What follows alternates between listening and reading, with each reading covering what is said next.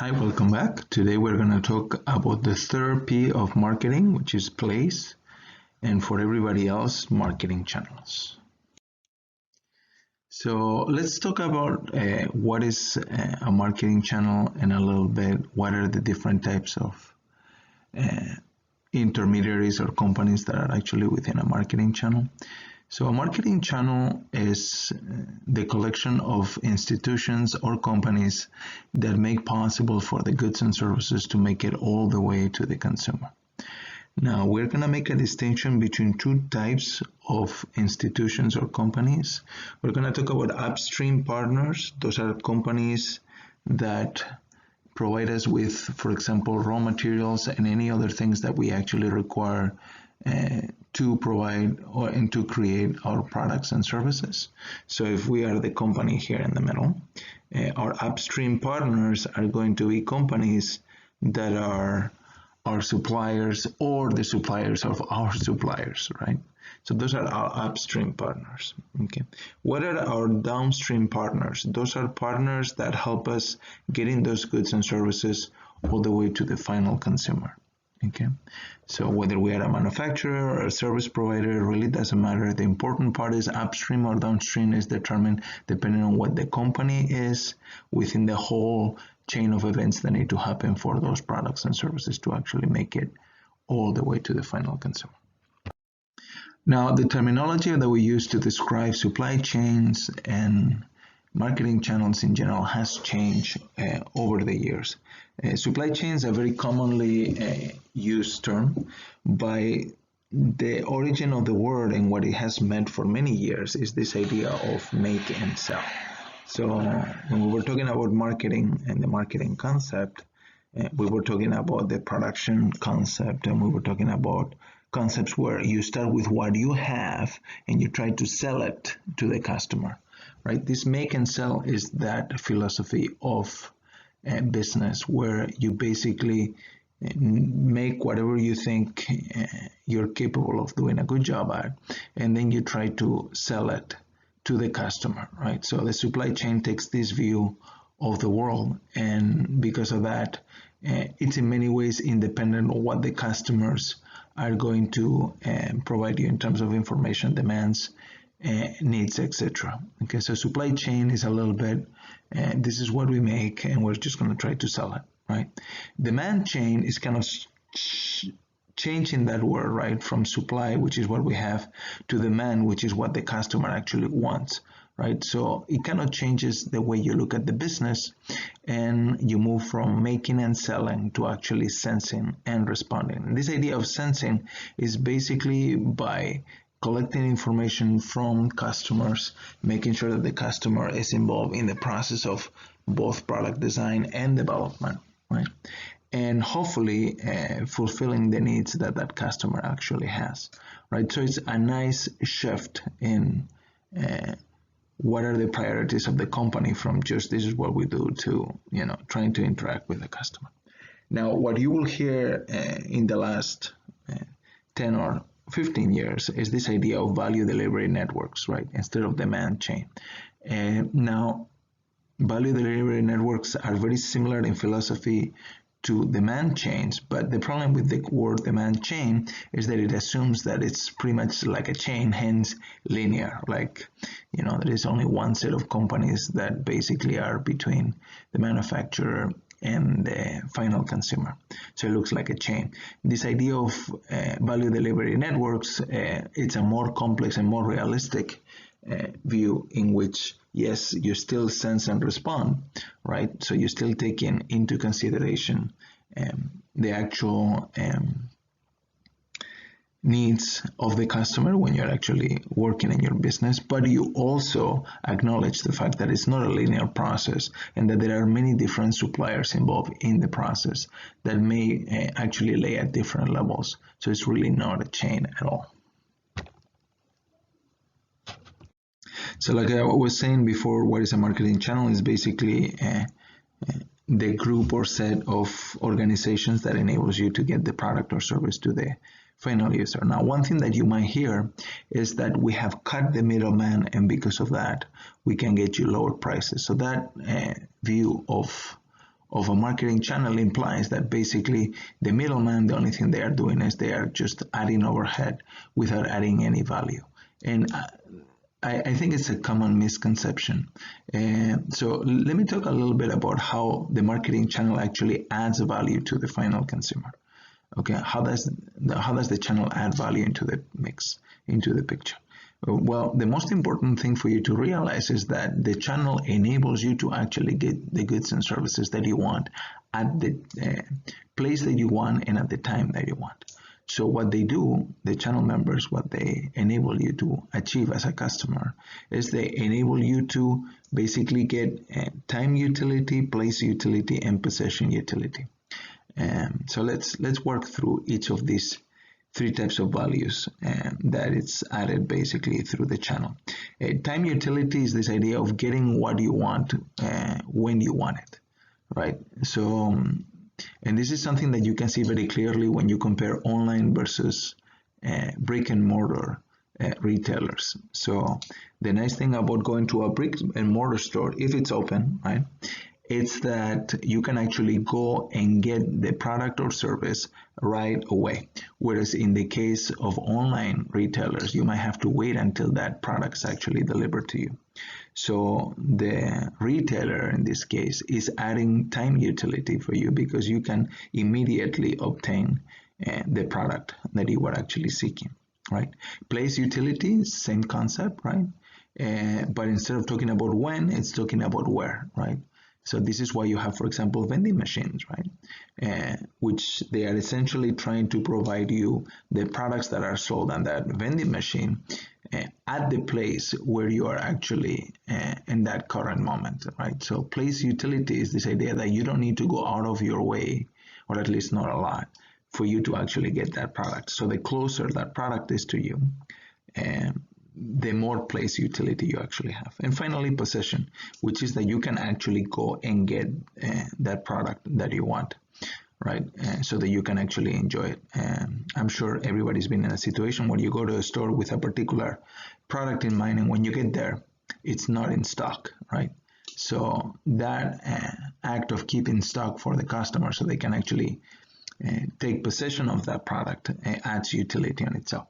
So the channel members are not just adding overhead, which they do, they are also adding value that it's actually very important for the consumer. Let me show you that in another way, which is by looking at the number of transactions that will have to happen if there are no intermediaries in your channel. So here in the first diagram, we have a case where every manufacturer is selling directly to each consumer, okay? So this will be three different brands, right? So for example, this could be LG, Apple, and Samsung, right? Selling their electronics products directly to the consumer, right? Maybe through their website, right? So if you look at a system like this, which is definitely possible and business viable, you're going to see that the number of contacts that the customers need to initiate for them to actually see all the products available to them in the same product space. Let's say you're buying a new smartphone, right? And you want to consider these three brands that I've mentioned, LG, Samsung, and Apple, right? In a situation like that, if they are selling to you direct, you'll have to go to three websites, right? And in this simplistic model where we only have three customers, right?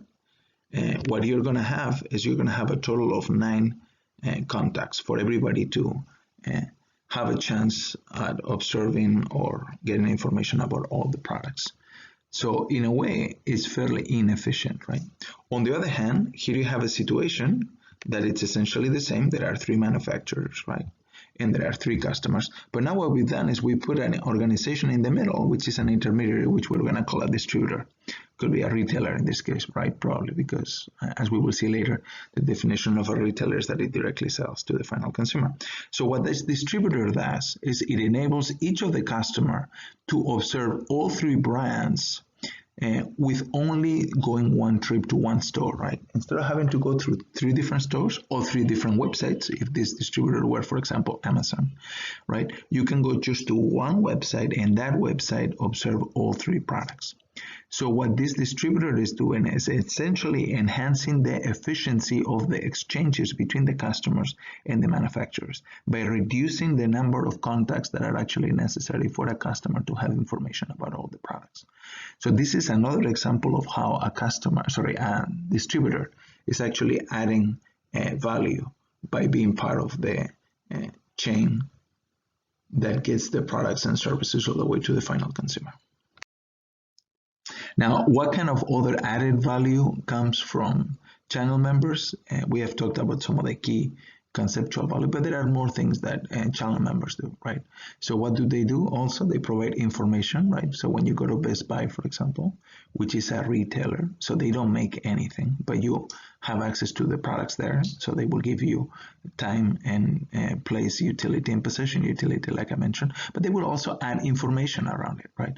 So what will happen is, let's say that you go there, you're trying to buy a surround sound system for your TV at home, right? And maybe you don't know much about it other than somebody told you that, now when they stay at home during the coronavirus, right? And they're having a great old time watching their movies because it feels almost like the theater, right? So in a situation like that, if you could actually get to the store, right? You could actually go there and a sales representative will be happy to explain to you what kind of options do you have, what kind of products and what kind of product features will actually be important to achieve the benefits that you're looking for, right? The distributors help with promotion, right? So they will have their own advertising where some of the main brands will be featured, and they could also enhance the promotion by having in-store promotion options, right? So for example, different aisles at the store and different heights of the shelves give different ease of access for the customer. So anything that is at eye level, more or less, is considered premium shelving, and the reason why is because you're a lot more likely to see it. So the channel members also enhance the value added to the customer through promotional effects. They also can help matching stock. So for example, one thing that happens with large corporations that have many different products and services is that oftentimes retailers will not bring every option that is available in a catalog for a manufacturer to the store, but by gathering information from the customer, they might be able to find the products within the large catalog of options of the manufacturer by matching the needs of the customer with the available supply in the marketplace. Okay. They also take care of physical distribution. Like I've mentioned before, the products are actually in place for you to be able to pick them up. And there is a lot that goes with that. Oftentimes, they can also help with the reverse logistics, which is the idea what happens when a product's not satisfactory. How does the customer get the product back to the manufacturer? Oftentimes, the retailer and wholesaler will actually help with this process by taking the physical distribution back of the products to the manufacturer when there is a defect in the product and all the costs associated with it. Oftentimes also the intermediary will offer you additional services that will actually be useful for you. So oftentimes at retailers you can obtain financing for large purchases. So if the item you're trying to buy is expensive, you might be able to get financing instead of through a bank. You might be able to do it through the store without requiring maybe so stringent of financial criteria. It really depends on the store. They might have deals on this, and they might enable you to achieve financing that will be cheaper than going through the bank, because being a large retailer might be able to buy this financing in bulk, and because of that achieve lower interest rates. And they also might be able to give you other things like extended warranties and on and on. So now that we have emphasized how much value the channel members actually add to the picture, and that is not just overhead, let's talk a little bit about the structure of the channels. So channels are going to be organized in levels, right? So each level is going to be essentially a layer of organizations that are going to perform some sort of work or function that needs to be completed for the company to be able to get to that final consumer, right? Now, in some cases, You're going to have no channel levels because you're going to have what is known as direct marketing channel, which the manufacturer directly contacts the customer, and there are no intermediaries in between. Okay. And the opposite to direct marketing channel, where there are no intermediaries, is going to be an indirect marketing channel, where you have some intermediaries that are going to provide some of these functions and value that I've described in the past 2 slides. So here you have an example of what I'm talking about, right? You can see different simplistic but different structures or different organization within the different channels. Now I'm going to talk mostly about consumer channels. There is not much of a difference between consumer and business channels conceptually, although some of the terminology is a little bit different. But as you can see from the diagram, conceptually, in terms of structure, it's very similar. Right? So what do we have? We have direct channels like this one, right, where the producer or the company that provides the service directly contacts the final consumer. Okay, you have indirect channels, which will be either one of these two, right, where there are intermediaries in between. Notice here we have a distinction between 2 types of intermediaries. We have retailers first. Now a retailer is a company that has direct contact with the final consumer. A wholesaler, however, is a company that does transfer some of those products and services down the chain, down the supply chain, but does not have direct contact with the consumer. So as you can see, there is no arrow that goes between a wholesaler and the consumer. Okay, and in this case, we have no layers here. So in the first example here, there are no layers. Here we have 1 layer, which will be the retailer. And here you have 2 layers in this particular supply chain. So as you increase the number of layers, it's going to enable you to reach more customers, okay, as we will see later. Okay, and the same thing can be argued about business channels. There is no difference between one and the other. Okay. Now, one thing that happens within channels of distribution is that not all the companies within the channel, which are independent entities, by the way, they don't function under the same management. Not all channel members have the same objectives, and because oftentimes these objectives are not aligned, what will happen is you will observe channel conflict. This is when there is basically different goals, roles, or rewards, and because of that, you observe that, let's just say, companies are not happy with each other. And there are 2 different types of conflict that we're going to talk about. We're going to talk about horizontal conflict.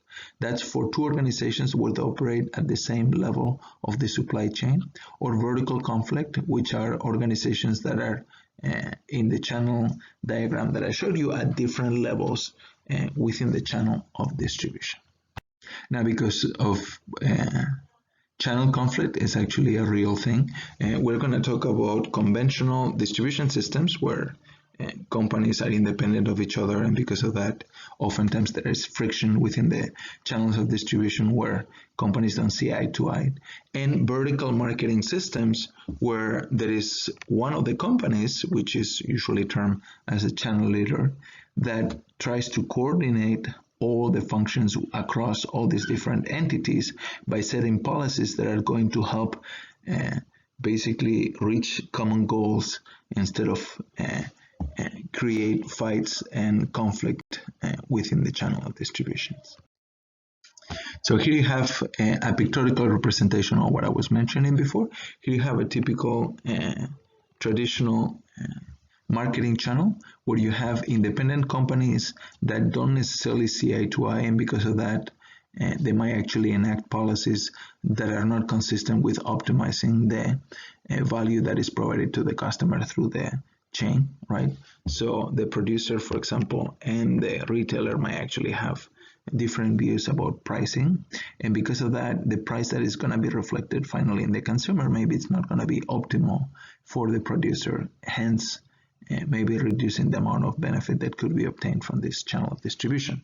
The alternative to that will be a vertical marketing system with, for example, the producer in this case taking a leadership role in coordinating the pricing policies across all the channel partners, and hence achieving the goal at the consumer level.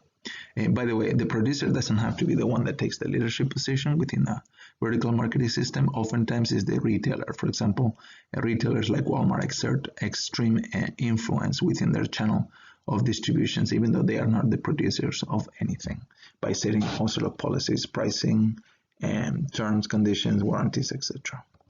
So one type of vertical marketing systems that you encounter all the time, for example, in the restaurant industry, is a franchise organization.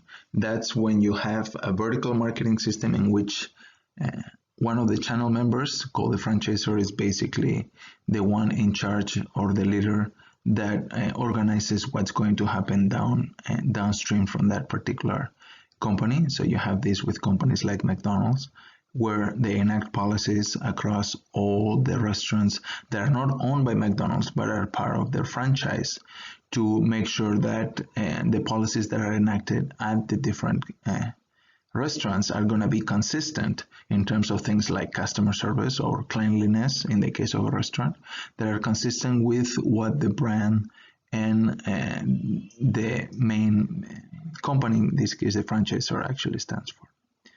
Okay.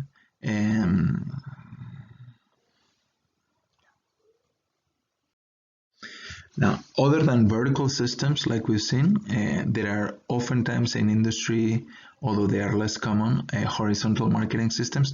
This is when essentially companies that for the most part compete with each other, they actually form some sort of alliance or system that enables them to provide a better service or better terms and conditions for their customers, but they still compete with each other to some degree.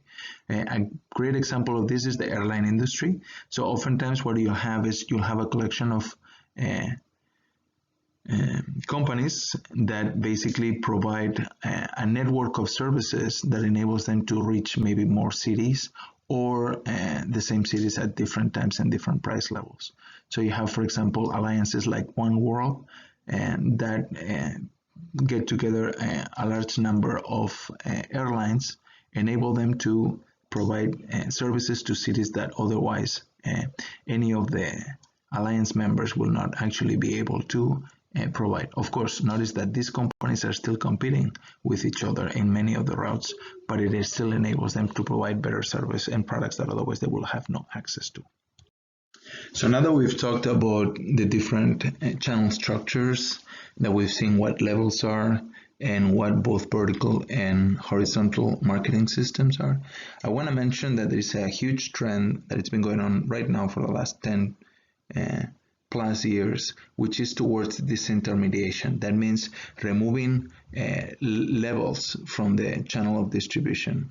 And this is mostly enabled by technology, right? So what has been happening over the last 10-15 years with the whole online shift is that companies now are able to much more efficiently interact directly with consumers than they could before, right? And because of that, mostly mediated by all this technological shift to the online realm, is that, you know, now that you can actually do that more efficiently, a lot of the functions that were provided by the channel now can be provided directly by the company. There are still some things like moving the physical goods and services and logistics that need to be completed by somebody, oftentimes not the company, but other companies like UPS, right?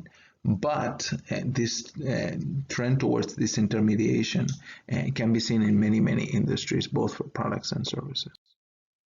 Okay. Now, when you're deciding about how to create this channel structure that I was mentioning before, you're going to have to consider a series of things into the mix, right? First, instead of like the old way of setting up channels, which was this make and sell approach, if you truly consider a more contemporaneous marketing approach, which will be taking customer needs into consideration, you need to start from here. Right? So before you start deciding how the channel is going to look like, you need to understand what kind of services and benefits the customer are looking for, and then what is the best channel to set that up, right?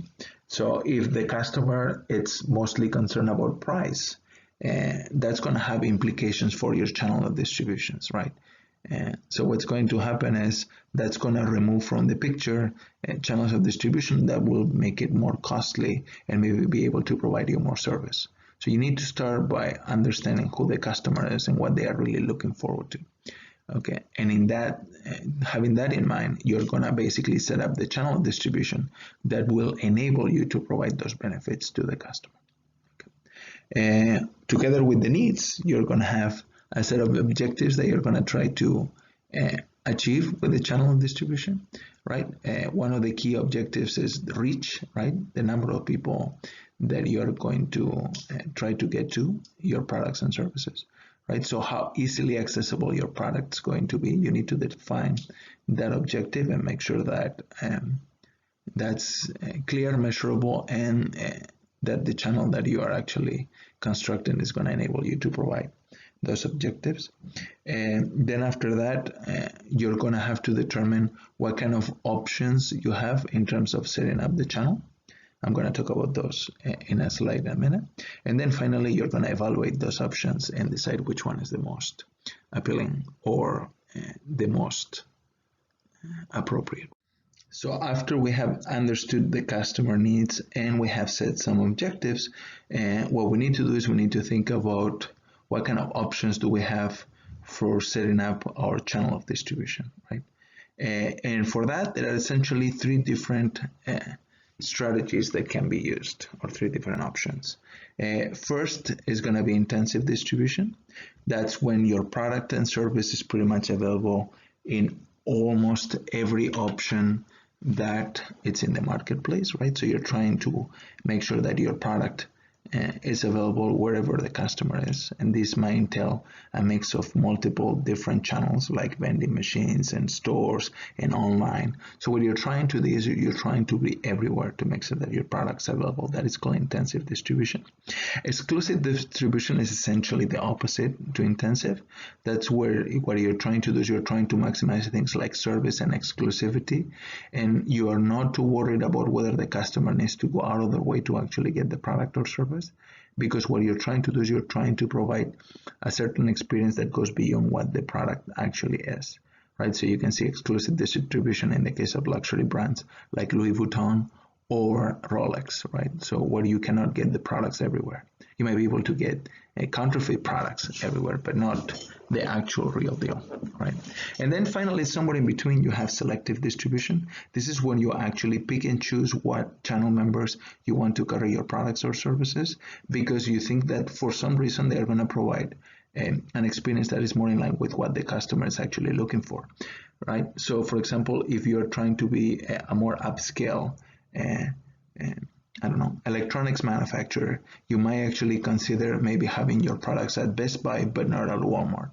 And on the other hand, because maybe Best Buy provides better informational services, better warranties, and overall, maybe a different experience in terms of the showroom, right? On the other hand, if you're trying to create a value brand, maybe going to Walmart makes more sense because the prices are more in line with what you are looking to achieve, and the kind of customers that are going to be visiting Walmart are more in line with the customers that you're trying to reach. So selective distribution doesn't necessarily mean more upscale distribution. It just means distribution in which you pick and choose what partners you actually select that you think are going to enable you to basically provide the value and value proposition that you're trying to achieve with your product and brand. So now that we have already talked about the structure of the marketing channel, how do we actually manage the channel? Well, first you start with the selection of the channel members, like I mentioned just in the slide before. And this is going to be a function of things like the intensity decision that we have already discussed, right? That's going to help you choose what kind of channel members you want to actually have. Also, some other policies might play an important role. So for example, a lot of the channel members might actually ask you, if you're a manufacturer, to produce some of their store brand as some sort of counter for carrying their product at their store. So for example, Costco was asking from P&G to manufacture their Kirkland brand diapers but P&G was not very happy with that, right? So when you're selecting your partners, it might be the case that you realize that it's going to require for you to do things that are maybe contrary to what your brand goals are, and because of that you will decide not to partner with them. So you cannot find Pampers at Costco anymore because they have this back and forth about whether Pampers is the P&G brand for diapers, by the way, and Costco decided that if they were not going to be providing their store brand with the production for the diapers, then they just didn't want to do business with P&G, at least not for the diapers. You might still do business for other areas. P&G is a really large organization, right? Then you need to manage the channel members. So that entails things like coordination of prices, which is one of the most important aspects within the channel of distribution, right? So, how do you make sure that the companies that you are using for distribution are indeed pricing your products right? So, for example, Nike got into a little bit of trouble because they were basically not allowing certain companies to carry their products because they knew that they were going to sell the products below MSRP. MSRP is manufacturer suggested retail price, right? So because of that, you might have to, carefully encourage companies to actually maintain the prices, for example, in this case, as you will think are optimal for the brand image that you're trying to convey, right? And that's hard to do because at the end of the day, the prices are set by the channel, not necessarily by the manufacturer, right? Also motivating the channel, how do you make sure that the retailers and wholesalers are providing the level of effort that your product deserves in the marketplace, right?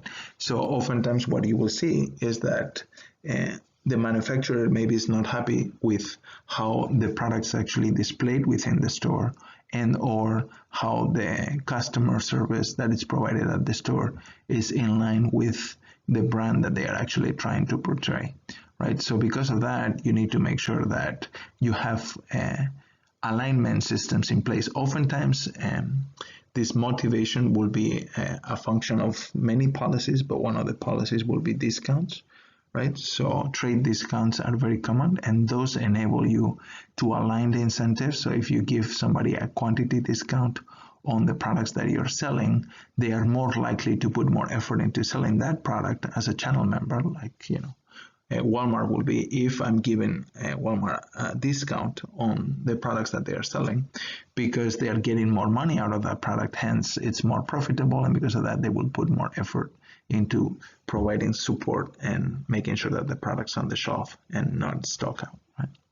And then finally, evaluating channel member, which is all the policies that we have described so far, from terms, services, information, training, right? Everything that will be required for that product or service to go into the final consumer, whether they are actually doing a good enough of the job for you to consider them still part of your supply network. And the last aspect that I want to discuss within the supply chain for this presentation is logistics. Logistics is basically getting the products, the physical movement of the products through the supply chain, right? From all the way from the raw materials until it reaches the final consumer, right? And we're going to talk about some of the functions that are actually fulfilled by the logistical aspects. Now, as you can see over here, we have the company, right? Which is the company in this case will be some sort of manufacturer or service provider, right? Which is going to have some sort of supplier. So there are going to be some goods and services that are going to be provided to the company this way. This is what we're going to call inbound logistics, the movement of those goods from the supplier to the company. And then you're going to have outbound logistics, which is anything that goes from the company to the rest of the supply chain. They could be wholesalers. In here we only have a reseller, but you could have a wholesaler or multiple wholesalers and multiple retailers in between, okay, to finally get to the customers. Now notice also that there is a reverse logistics path, because when the product or service that it's provided, especially products, that it's brought to the consumer, it's not up to par or the customer is not happy with, and that product needs to come back somehow to the supplier, oftentimes using some of these resellers, right? So if you're not happy with a product that you bought at Walmart, you usually bring it back to Walmart. But you can also contact the manufacturer themselves, and they might actually enable you to return the product without the involvement of the retailer. It really depends on the organization. So we have to talk about the goods as they come in this direction, but also as they come from consumers back to the manufacturer, probably not to the suppliers. So the aspect of the company that manages all the logistical approaches and policies is called supply chain management, which basically deals with organizing all the upstream and downstream flows of both material and information within the whole network of intermediaries and the company itself. Right? So it's looking at the flows of both goods and probably information, so that you make sure that you know what the demand levels are, and hence the production levels should be, etc., etc. So what are the kind of functions that are fulfilled within the logistical aspects?